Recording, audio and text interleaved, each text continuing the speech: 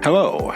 Today's episode number 50 of the Professor Slots podcast discusses my review of Rivers Casino, Pittsburgh. That's right, I've made it to episode number 50. To commemorate it, I'll just mention here, thank you for your support. Even if you've never emailed or otherwise contacted me, I appreciate your listening. Thank you. Plus, in this episode, I'll be covering the current state of slot machine casino gambling in the great U.S. states of Mississippi and Missouri. Thank you for joining me for the Professor Slots podcast show. I'm John Friedel, and this is the podcast about slot machine casino gambling. It is where I provide knowledge, insights, and tools for helping you improve your slot machine gambling performance. John Friedel from the Professor Slots blog reveals all his tips and tricks for thriving in the casino environment. Choose winning slot machines and identify your gambling goals. Being entertained, earning comps, winning take-home cash, or combining them. In case you missed it, on my last episode, I went over the top 9 slot tips offered by Runhorse by reviewing his YouTube video. Further, I reviewed Michigan and Minnesota slot machine casino gambling 2019. I hope you enjoyed listening to my last episode as much as I enjoyed making it for you. Remember to visit professorslots.com/subscribe to get my free report revealing the top 7 online resources for improving your gambling performance, including the one I've used as a top-tier slot machine casino gambler. Let's start with the first segment of the show, reviewing Rivers Casino, Pittsburgh. On Tuesday night, March 12th, 2019, I visited Rivers Casino, Pittsburgh in the great U.S. state of Pennsylvania. My purpose in visiting wasn't to have a wonderful evening playing slots, although it turns out I did. I was there to evaluate the casino for you. I played a few high-limit slot machines, talked with a few people, tried out a few of my winning slot strategies on lower-limit slot machines, had dinner at their buffet, and even played a penny slot machine for a while. Here is my trip report for Rivers Casino, Pittsburgh. This segment has the following subsections. 1. An introduction. 2. The Rush Rewards Players Club. 3. Checking out the high-limit slots room. 4. Success using the 5-pull approach. 5. Dragon Emblem Jackpots by Konami. 6. Grandview Buffet. 7. Nestled in downtown Pittsburgh. And 8. A summary. Whenever you walk into a casino for the first time, find the Players Club counter and get a Players Club card. If you're already a member because another casino uses the same rewards program, then you don't have to. Unless, of course, you don't have your card with you. I wasn't a member of the Rush Rewards Players Club at Rivers Casino, Pittsburgh, so I found the club counter. As typical for me, I had questions. As usual for me at club counters, I didn't get entirely satisfactory answers. I've mentioned this before, this lack of valuable information from the personnel at club counters. Back in my podcast episode number 16, Players Rewards Clubs in Idaho Slots 2018. Casino employees can't gamble at the casinos they work for, so they don't know the rules from personal experience. All they know is what they've read or learned. Therefore, there's no reason to get upset about their lack of knowledge. That's why I asked for a brochure. A little surprisingly, they didn't have any on hand. As I visit more and more casinos for you to perform these trip reports and reviews, I'll have to check to see if this is the latest trend. Perhaps it's all online these days.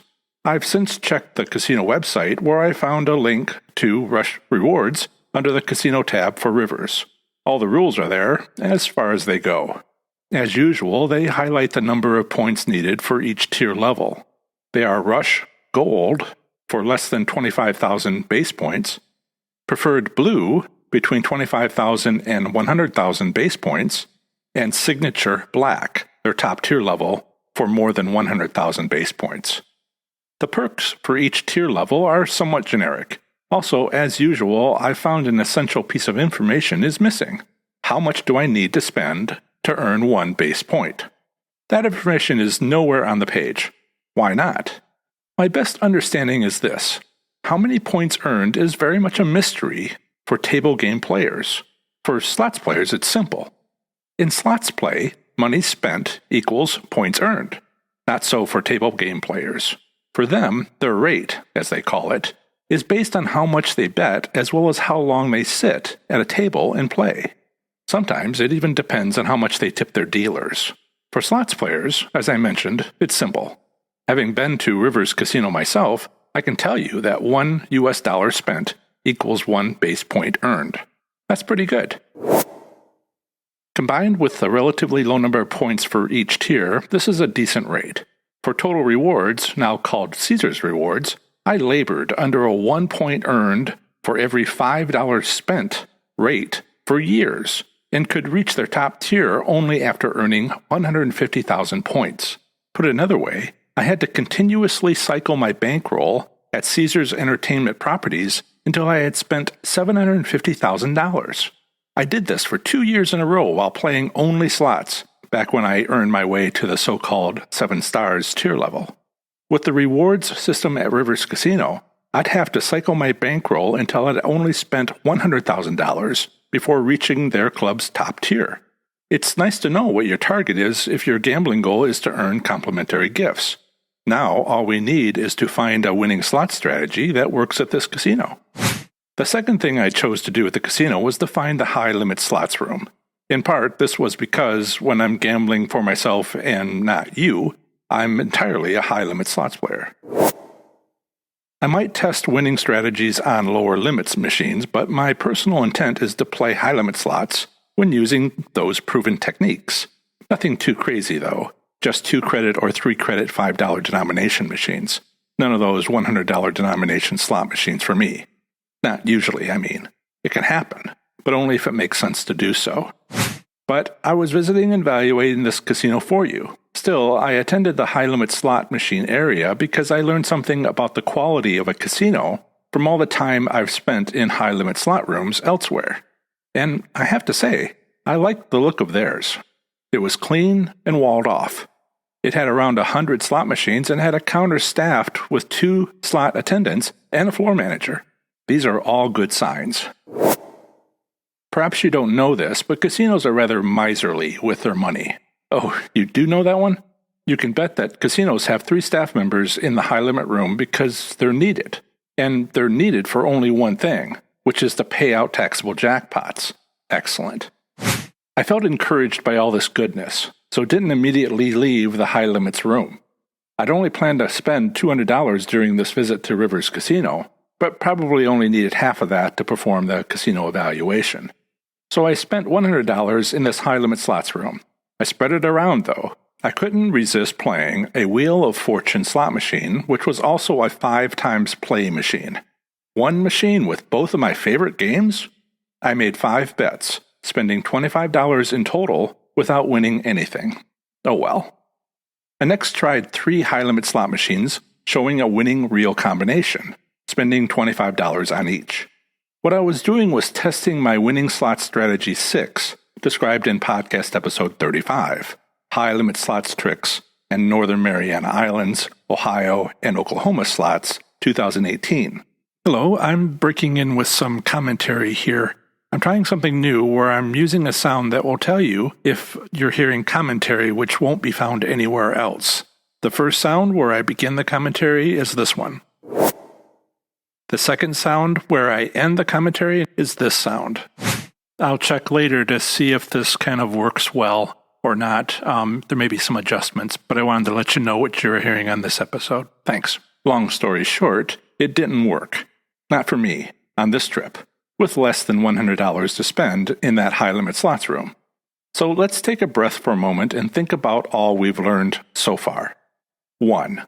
The casino invests in their high-limit slots room, implying players win taxable jackpots. 2. The 5-pull slot strategy isn't set up to win at this casino. Being a limited attempt due to a very small bankroll, this is not a conclusion. Not yet. For now, it'll just be a consideration. And 3. There is just no way to test several of my other winning slot strategies, given this was a one-night-only evening visit nowhere near a holiday. As you may recall, if you've listened to my podcast episodes on my winning slot strategies, casinos have different ways to set up favorable odds at their casinos. They do this for sound business reasons, but even so, that doesn't mean we can't take advantage of them from our perspective as players of their slot machines.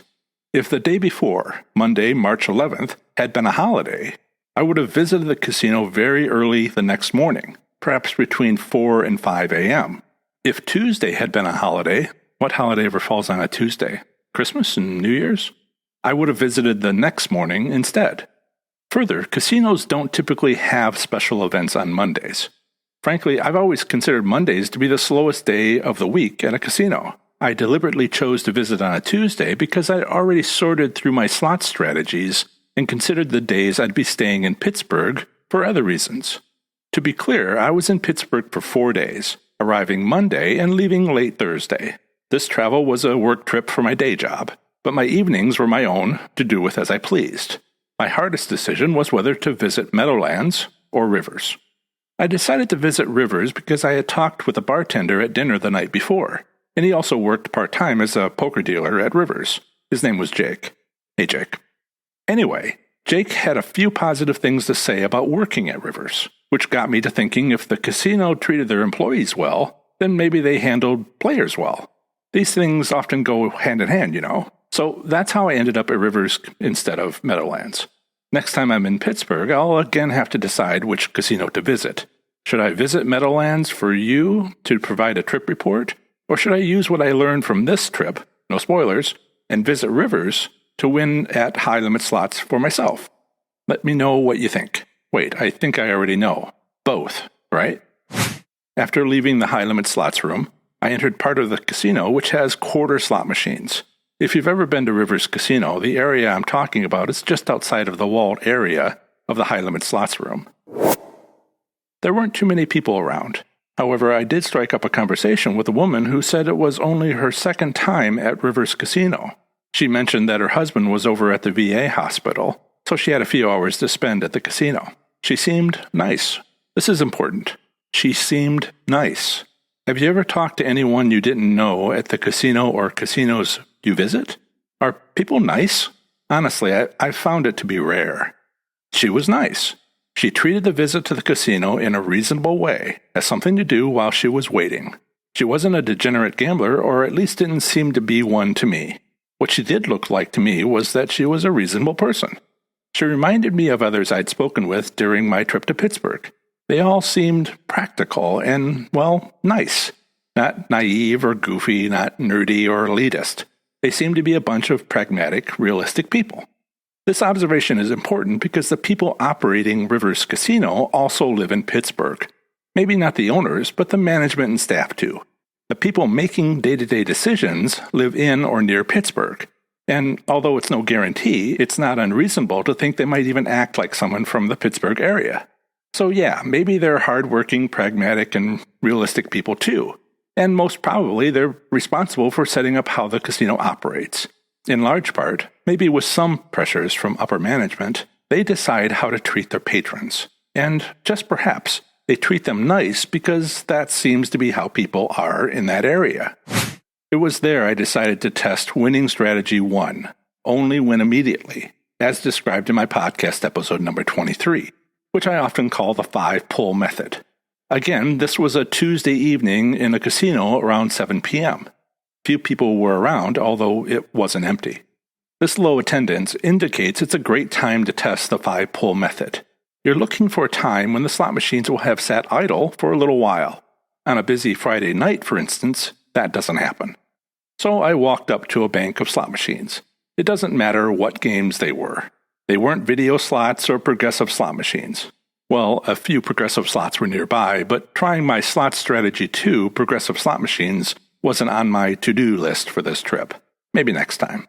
One thing I did notice was that the maximum number of credits to bet was 1 credit higher for the slot machines on either end of a row of quarter slot machines. If the middle 4 or 5 slot machines were 2-credit machines, then the end slot machines were 3-credit machines. I hadn't noticed that before. Have you? I also noticed some things which were missing. None of these machines had any bonus rounds, meaning I'd have the same odds of winning when betting any number of credits. I made the maximum credit bets each time. I could have stretched my money further by betting only 1 credit. I'll have to think about why I didn't. A little introspection tells me what I was feeling. I want to win as much as possible, even when I'm working for you. No doubt that explains why I like high-limit slot machines so much when I personally gamble. If I'm going to bet to win, I I want to earn what's possible. This outlook also explains why it took several hard lessons to give up on playing one-credit, $100 denomination slot machines. So I had my remaining $100 bankroll for low-limit slot machines. I put it all into the first slot machine. I avoided the slot machines on the ends with the higher maximum credits. I also avoided all slot machines with chairs that slot attendants had not pushed back into place. Recently played slot machines often have their chairs pulled out. It's the only visible sign they have.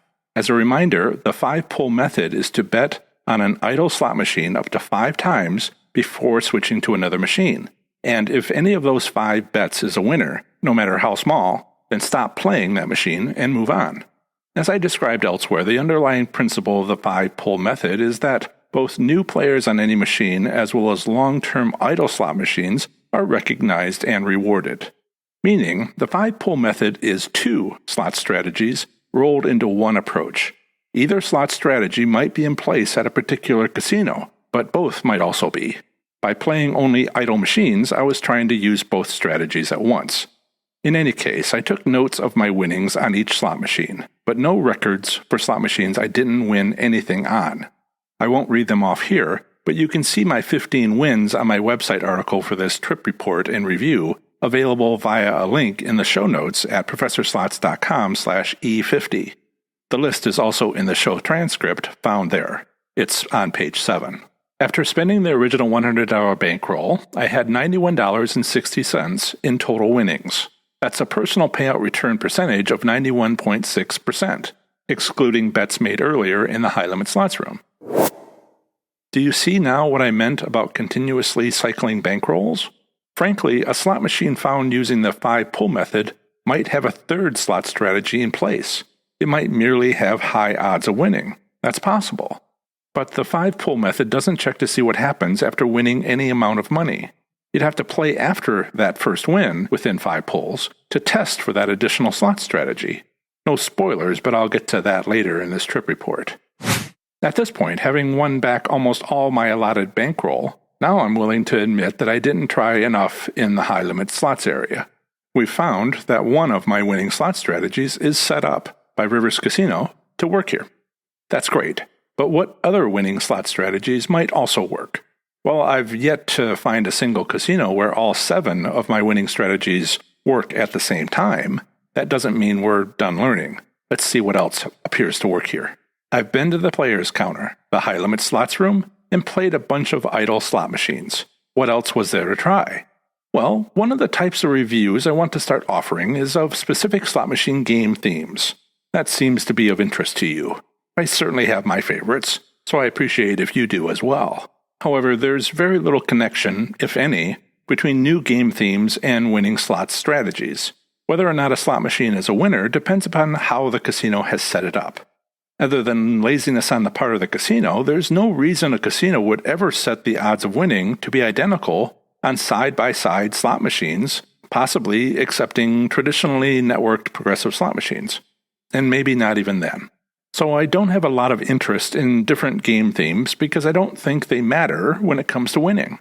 But what is important to me is meeting your needs and interests. So, therefore, I'll review a new video slot machine at Rivers Casino Pittsburgh. With my $91.60 voucher in hand, I went for a walk in the casino to figure out what else I could learn for you from my remaining bankroll. That's when I spotted a pair of Dragon Emblem Jackpots by Konami penny slot machines. What I noticed was an admittedly attractive woman winning at one of these slot machines. When walking by, all the roll-up noises of her winning was very distracting. So being single as well as liking winning slot machines, I sat down next to her, said hello, and started playing the machine next to her. It sucked. Seriously. It was such a loser. I could tell right away. No action. No winnings more than the occasional 20 cents or 40 cents. I quickly lowered the amount of credits I was betting so I didn't lose my bankroll completely. I started around 600 credit bets and reduced it until it was around 120 credit bets. But the woman on the nominally identical machine next to me was doing great. She was winning free games after free games. She even got free games during her free games. Sure, the difference between the results of our play could have been just luck. Certainly, luck plays a role in every bet on a slot machine. But I can't help you be lucky. I can't even help myself be lucky. But what I can do is look for patterns that tell me something about how the odds of winning are set on particular slot machines. It seemed like her machine had better odds. In fact, it seemed like it had much better odds. Then, like some crazy person, she left. She just walked away from a winning slot machine. Who does that? Maybe she thought her winning was just luck. I guess. Perhaps she needed to be someplace else. Anyways, I slid right on over and put my Players Club card into the machine as quickly as possible. Why? One of my theories mentioned in a recent podcast episode has to do with how casinos can remotely change the odds of winning on idle slot machines. And no player's card in the slot machine, and no bets being made either, is an idle slot machine. So I made it not be idle as quickly as I possibly could. Can you guess what happened? I won. I won, and I won, and I won. It was great. Now, by the time I started playing the second Dragon Emblem Jackpots by Konami penny slot machine, I was down to around $50 of bankroll, so I kept my bets small. That means I didn't win a lot in terms of dollars. I won often, but each win was small. I won a lot more than I spent, with my bets of $1.20 each, though. My website article on this podcast episode has a picture of a $15.50 win. There was another bonus game win of $35.10, and yet another of $44.20. Each one of these was a bet of $1.20 originally. My bankroll increased to up around $100. Then I went to dinner. Like a crazy person, I got up and left the slot machine. Why? Well, I was pretty hungry, and the buffet was going to close soon. But again, I wasn't there to make money. I was there to help you make money if you visit Rivers Casino. I'll mention now that I came back to the slot machine about an hour later after I had my buffet dinner. Guess what? The odds of winning on that slot machine were terrible. Isn't that interesting? Well, again, it's always possible to have a winning streak based on luck, which for many table game players is a fact of their gambling life. We know better. When playing slot machines, sometimes it's entirely luck, and sometimes it's not entirely luck. For this slot machine, assuming it wasn't entirely just old-fashioned luck the first time around, it felt like somebody lowered the odds while the machine was idle. I cannot prove my point to you about this being the case for this slot machine, but as you perhaps already know from your own experiences, it happens so often on one slot machine after another that it's obvious something is going on, and technically it's entirely possible. Being possible, why wouldn't casinos do it to help guide their financial performance metrics wherever state regulations don't legally require a maximum payout return on a per bet and per slot machine basis? After all, few states have such a specific gaming regulation. Do you like buffets? I love them, including all the variety while building my plate of food. I'm only slightly kidding when I say I love reviewing casinos for my Professor Slots business, mostly so I can sample so many beautiful buffets. Again, I'm only slightly joking. The Grand View Buffet at Rivers Casino Pittsburgh was both excellent and inexpensive. Using my Rush Rewards Players Club card at the base gold tier level got me a 5% discount on eating there. On my website article for this podcast episode, I show a picture of the prices. Anyway, that was nice. I'll note that there are more significant discounts for the higher rates. This buffet is upstairs at Rivers Casino. Just go up the escalators at the back of the casino. It's basically on the second floor, along with a hallway to several large conference rooms. The buffet itself is a surprisingly large area with about 7 different cuisines. I sampled everything. It was all good. There's a steakhouse as well, Andrew's Steak and Seafood, but I didn't eat there. Also, Chow is a small deli offering Starbucks coffee. Finally, there's a sports bar and grill called Wheelhouse if you're interested in a beer, wings, and to watch a game. On the website, it says there's also another dining option. It's a burger place called Flipped. It's not clear when they plan to be open. The website implies it's both coming soon, but specifically states it's now open. I suppose it's probably now open. Their breakfast burger looks good. If Pittsburgh isn't your hometown, then you may not be interested in what's happening in the greater Pittsburgh area. I've been to casinos built on a vast cornfield in the Midwest, where there frankly isn't much to do except whatever the casino itself offers. If Pittsburgh is your hometown, or if you frequently visit Rivers casinos in other states, with the same Rush Rewards Players Club, then we need to talk about complimentary gifts. Before we do that, I'll mention the 3 Rivers casinos having Rush Rewards. 2 casinos are in Pennsylvania. The third is in a suburb located northwest of downtown Chicago. They are 1. Rivers Casino Pittsburgh, 2. Sugar House Casino in Philadelphia, and 3. Rivers Casino Des Plaines in Chicago. If you've identified your slots gambling goals as including earning complimentary gifts, then you'll want to know what the Pittsburgh area has to offer. Why? Because I assume you will succeed at earning complimentary gifts. Whether this is at Rivers in Pittsburgh or Chicago or Sugar House in Philadelphia doesn't matter. Once you start winning comps at any of them, it won't be long before you start getting offers to visit the other 2 properties, as in free offers to travel on the casino's dime. It wouldn't surprise me if Sugar House and Rivers Casino Pittsburgh had a bus which regularly transported their slots players in their upper tiers back and forth between the 2 properties. Further, Rivers Casino Des Plaines, Chicago, probably flies them into Pittsburgh and Philadelphia. With all that in mind, what does Pittsburgh have to offer? If you happen to have a personal host due to being in the signature black tier, what do you want?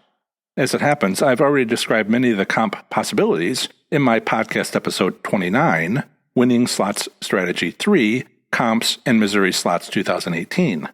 Yes, earning complimentary gifts or comps is a winning strategy. For many slots players, they spend everything they win. So where's their profit, if any? It's in the variety of free stuff they get. If it's not a trip, then you will want to set aside a spare bedroom for them. As I've mentioned elsewhere, regifting to family and friends is well worth considering. In Pittsburgh, easy comps to ask for include admission to Carnegie Science Center, right next to Rivers Casino; Heinz Field, home of the Pittsburgh Steelers and Pittsburgh Panthers; PNC Park, home of the Pittsburgh Pirates; museums and parks; and fine dining in downtown Pittsburgh. In summary, I went over Professor Slot's casino trip report and review for Rivers Casino Pittsburgh in the U.S. state of Pennsylvania. It was first named Majestic Star Casino, but renamed by the time it opened on August 9th, 2009. It currently has 2,900 slot machines. In this review, I covered its rewards club, high-limit slots room, idle slot machines, a penny slot machine called Dragon Emblem Jackpots by Konami, its buffet, and the local area to help provide insights into possible reward comps in the downtown Pittsburgh area. Remember to visit ProfessorSlots.com/subscribe to get my free report revealing the top 7 online resources for improving your gambling performance, including the one I've used as a top-tier slot machine casino gambler. Up next is the second segment of the show on slot machine casino gambling. Here I provide a brief overview of the current state of gambling in 2 U.S. states, territories, or federal district, emphasizing, by far, anything of interest to slot machine casino gamblers. Up first is Mississippi Slot Machine Casino Gambling 2019. Here goes. Mississippi Slot Machine Casino Gambling consists of 28 riverboat casinos and 3 American Indian tribal casinos. The riverboat casinos, in fact permanently docked barges, appear as land-based casinos. International cruise ships with onboard casinos also depart from ports in Biloxi and Gulfport. Minimum and maximum payout return limits have been legally set by the state. Further, comprehensive actual payout return statistics are available by gaming machine type and state region. The minimum legal gambling age in Mississippi depends upon the gambling activity. For land-based casinos and poker rooms, it's 21. For bingo, it's 18. And it's not available for the lottery and pari-mutuel wagering. Gambling in Mississippi has aided to the economy of the state and breathed new life into its tourism industry. In 1990, the Mississippi State Legislature was the 3rd U.S. state to legalize riverboat gambling. By law, Mississippi's riverboat casinos must be located on coastal waters, the Mississippi River, and in navigable waters of counties bordering the Mississippi River. After Hurricane Katrina in 2005, the Mississippi Legislature allowed the state's Gulf Coast casinos to rebuild on land within 800 feet of the shoreline. Winning a jackpot of $1,200 or more in Mississippi results in a non-refundable 3% tax of those winnings paid to the Mississippi Gaming Commission. This limit also applies to any cash prizes won in casino drawings and tournaments. Next up is a usually short statement about slot machine private ownership. which I have included in case you live in this U.S. state and are considering owning a slot machine. Here it is. In Mississippi, it is legal to privately own a slot machine if it is at least 25 years old. The Mississippi Gaming Commission, MGC, is the state's gaming control board for non-tribal casinos. The MGC has its own gaming regulations as well as those found within state law, specifically the Gaming Control Act. The MGC also provides monthly gaming revenues since 2008. It separates its riverboat casinos by their physical region within the state. These three regions are 1. Central Region, including the cities of Vicksburg and Natchez. 2. Northern Region, including the cities of Tunica, Greenville, and Lula. And 3. Coastal Region, including the cities of Biloxi, Gulfport, and Bay St. Louis. The Mississippi Band of Choctaw Indians also has its Choctaw Gaming Commission for Mississippi's 3 tribal casinos. This gaming commission was established via the Tribal State Compact and regulates tribal gaming in Mississippi. In this section, I'll discuss Mississippi's gambling establishments. There are 28 non-tribal commercial casinos and 3 American Indian tribal casinos in Mississippi. There are also cruise ship ports in Biloxi and Gulfport with international destinations. The largest casino in Mississippi is Island View Casino Resort in Gulfport, having 2,700 gaming machines and 45 table games. The second largest casino is Silver Star Casino at Pearl River in Philadelphia, having 2,500 gaming machines and 75 table games. Mississippi's 28 riverboat casinos are listed along with links to their websites, assuming they've set one up, and is available on my website blog article for this state at professorslots.com/ms. Mississippi's 3 tribal casinos, each a property of Pearl River Casinos and Resorts, owned and operated by the Mississippi Band of Choctaw Indians, are also listed at professorslots.com/ms. When I was researching these 3 tribal casinos, I came across a picture of the Golden Moon Casino at the Pearl River Resort. Have you seen it or you've been there yourself? It's an interesting building structure. It swoops up, curving and rising, from perhaps the 5th floor of the hotel to what appears to be the 24th floor. Then, on the top corner of the building, there's a huge geodesic sphere. It looks like a golf ball. I suppose that makes sense for a resort. The front of the building, which is apparently a hotel and casino, is bright orange, with both ends and the roof being a deep blue. Because it curves and swoops up like it does, with the shortest end of the building angled 90 degrees from the tall end of the building, the top floor only has 2 rooms at most. That's because I can see 2 windows in the picture. The second to top floor has only 4 windows. The next floor down has 6, and etc. It sure is pretty when lit up at night, though. Just Google Golden Moon Casino to see what I'm seeing. Anyway, it must be interesting staying in that hotel with its curved hallways and shorter hallways as you go up in floors. I imagine the elevators must be over on the end of the building that can get to the top floor. I don't think it's like the Lexar Hotel and Casino in Las Vegas. You know, the pyramid structure, where the elevators go up at an angle. As an alternative to enjoying Mississippi slot machine casino gambling, consider exploring casino options in a nearby state. Mississippi is bordered by, to the north, Tennessee, to the east, Alabama, to the south, the Gulf of Mexico, and to the west, Arkansas and Louisiana. To visit any of my articles on these U.S. states, simply visit professorslots.com followed by its 2-letter designation. For example, my Tennessee slots article is available at professorslots.com/TN. The minimum and maximum payout return limits are 80% and 100% per MGC Regulations Part 3, Operations, per Rule 12.5, Minimum Standards for Gaming Devices. These gaming regulations apply to each wager available for play on the device. Further, for skill-based games like video poker, these legal limits require a player is employing an optimal strategy for perfect play. MGC Monthly Review Reports provides the most recent month's hold percentage and win percentage.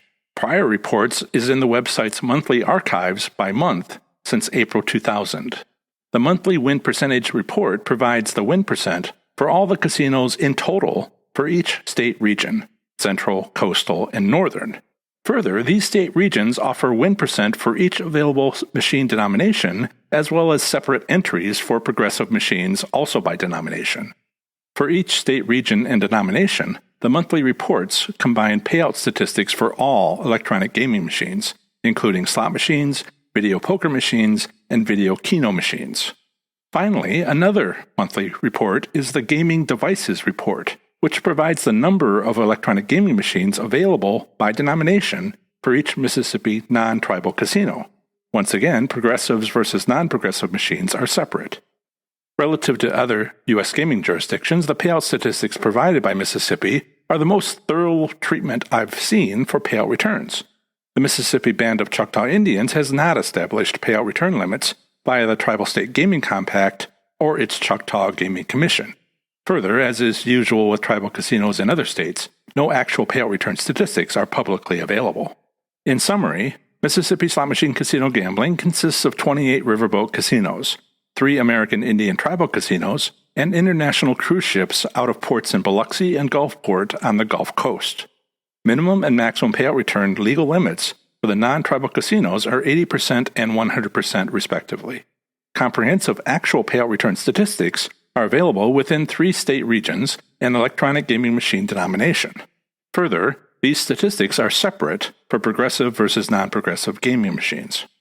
Over the last year, Mississippi's second largest casino has moved into the lead position, primarily by providing another 741 gaming machines. The former largest casino, with its unchanged number of gaming machines, dropped to the second place position. Remember to visit ProfessorSlots.com/subscribe to get my free report revealing the top 7 online resources for improving your gambling performance, including the one I've used as a top-tier slot machine casino gambler. Up next is the second state comprising this episode segment, Missouri Slot Machine Casino Gambling 2019.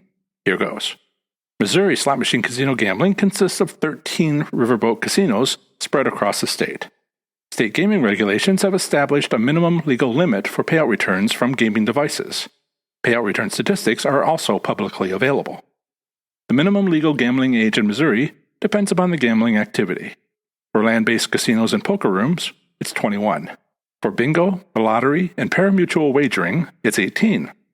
Missouri was the 5th U.S. state to approve gambling on riverboat casinos. These casinos do not cruise. Although they originally had to close boarding for a 2-hour-long gaming session, this restriction was eliminated in 2000.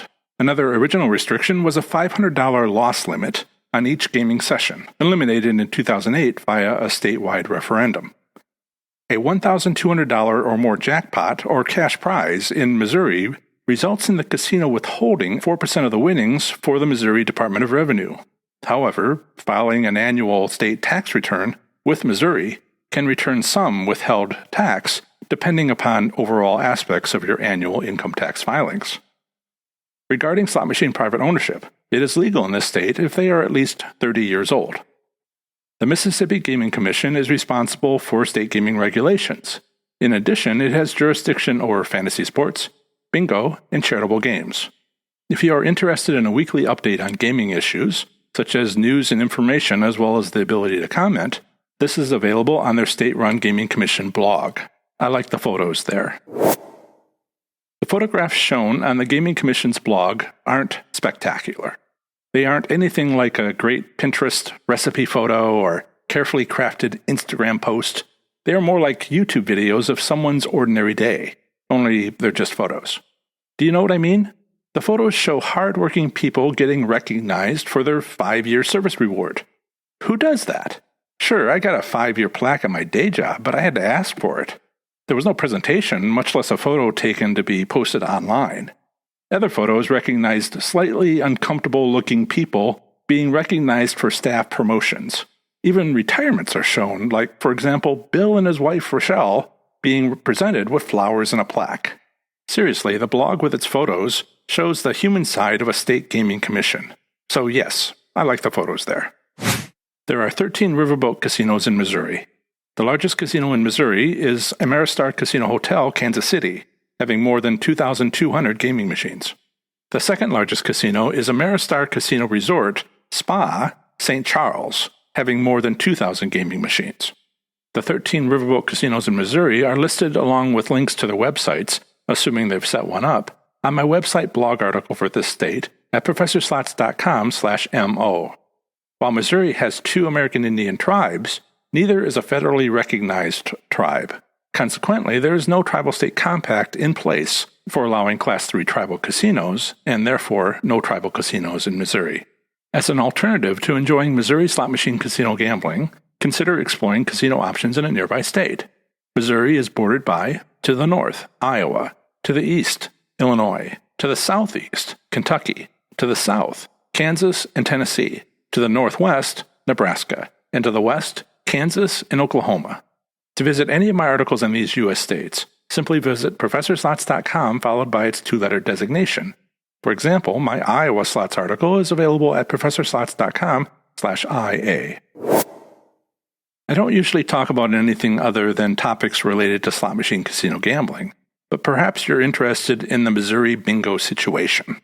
Rules for non-tribal bingo falls under charitable gaming. There are also tribal bingo halls, which fall under Class 2 gaming regulations through the Indian Gaming Regulatory Act, but I'm not talking about those here.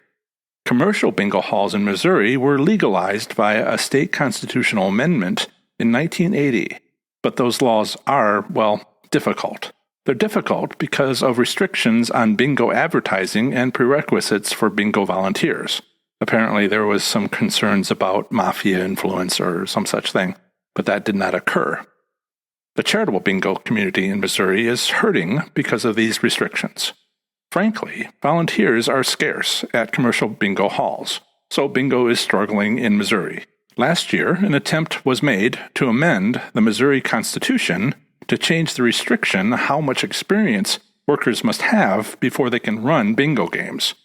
Basically, Amendment 4 would change the requirement from 2 years to 6 months of experience.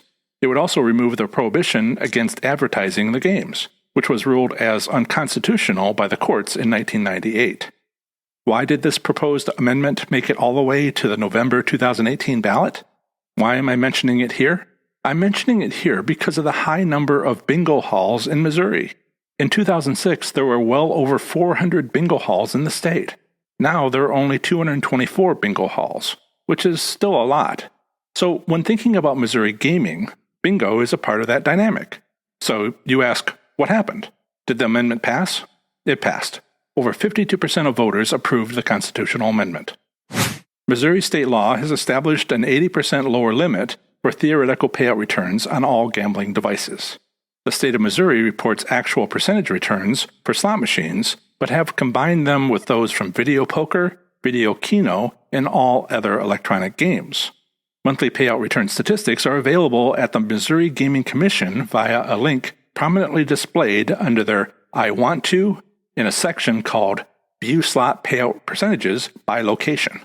There you'll find the monthly statistics for the most recent fiscal year, starting in July.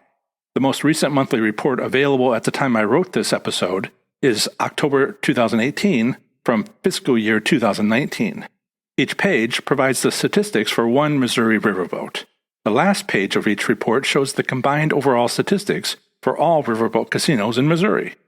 Also, each page shows the actual payout return percentages by denomination. In October 2018, the overall actual payout return percentage for all Missouri riverboat casinos was 90.298%. If you wish to select the Missouri riverboat casino with the best payout return based on the most recent month, be sure to review the latest report. The same is true if you want the payout returns for specific slot machine denominations. For October 2018, the overall payout return for each riverboat casino was provided at ProfessorSlots.com/MO in the Payout Returns for Missouri section. For October 2018, the highest actual payout return went to Ameristar Casino Resort Spa, St. Charles, at just over 91%. The lowest payout return for the month went to the Mark Twain Casino at just over 88.3%. In summary, Missouri slot machine casino gambling consists of 13 riverboat casinos. Missouri has no federally recognized tribe and therefore no tribal casinos. State gaming regulations have established an 80% minimum legal limit for payout returns from gaming devices. Detailed actual payout return statistics are available by month, casino, and slot machine denomination. Over the last year, there have been no significant change in the state of Missouri slot machine casino gambling. Remember to visit ProfessorSlots.com/subscribe to get my free report revealing the top 7 online resources for improving your gambling performance, including the one I've used as a top-tier slot machine casino gambler. Part 1 of the next episode of the Professor Slots podcast is not yet determined. I'm actually working on several topics, and it depends on which one gets completed first. To make a suggestion or to ask a question, which might end up as a blog article or on a podcast episode, email it to john@professorslots.com, where John is spelled Jon, or by calling 702-90-SLOTS to leave a 3-minute or less voicemail. I'd appreciate your casino trip reports about playing slots, if you'd care to offer that. Part 2 of the next episode of the Professor Slots podcast are more brief overviews of the current state of gambling in 2 U.S. states, territories, or federal district. Next time, I'll be talking to you about the great U.S. states of Montana and Nebraska. That's the end of another great episode of the Professor Slots podcast. Thanks so much for listening. Show notes for this episode are now available within most podcast apps, but are also available on my website at professorslots.com/E50. I plan to have the next episode come out very soon for you, where I'll have more amazing content for the show. Until the next episode, have fun, be safe, and make good choices. Bye.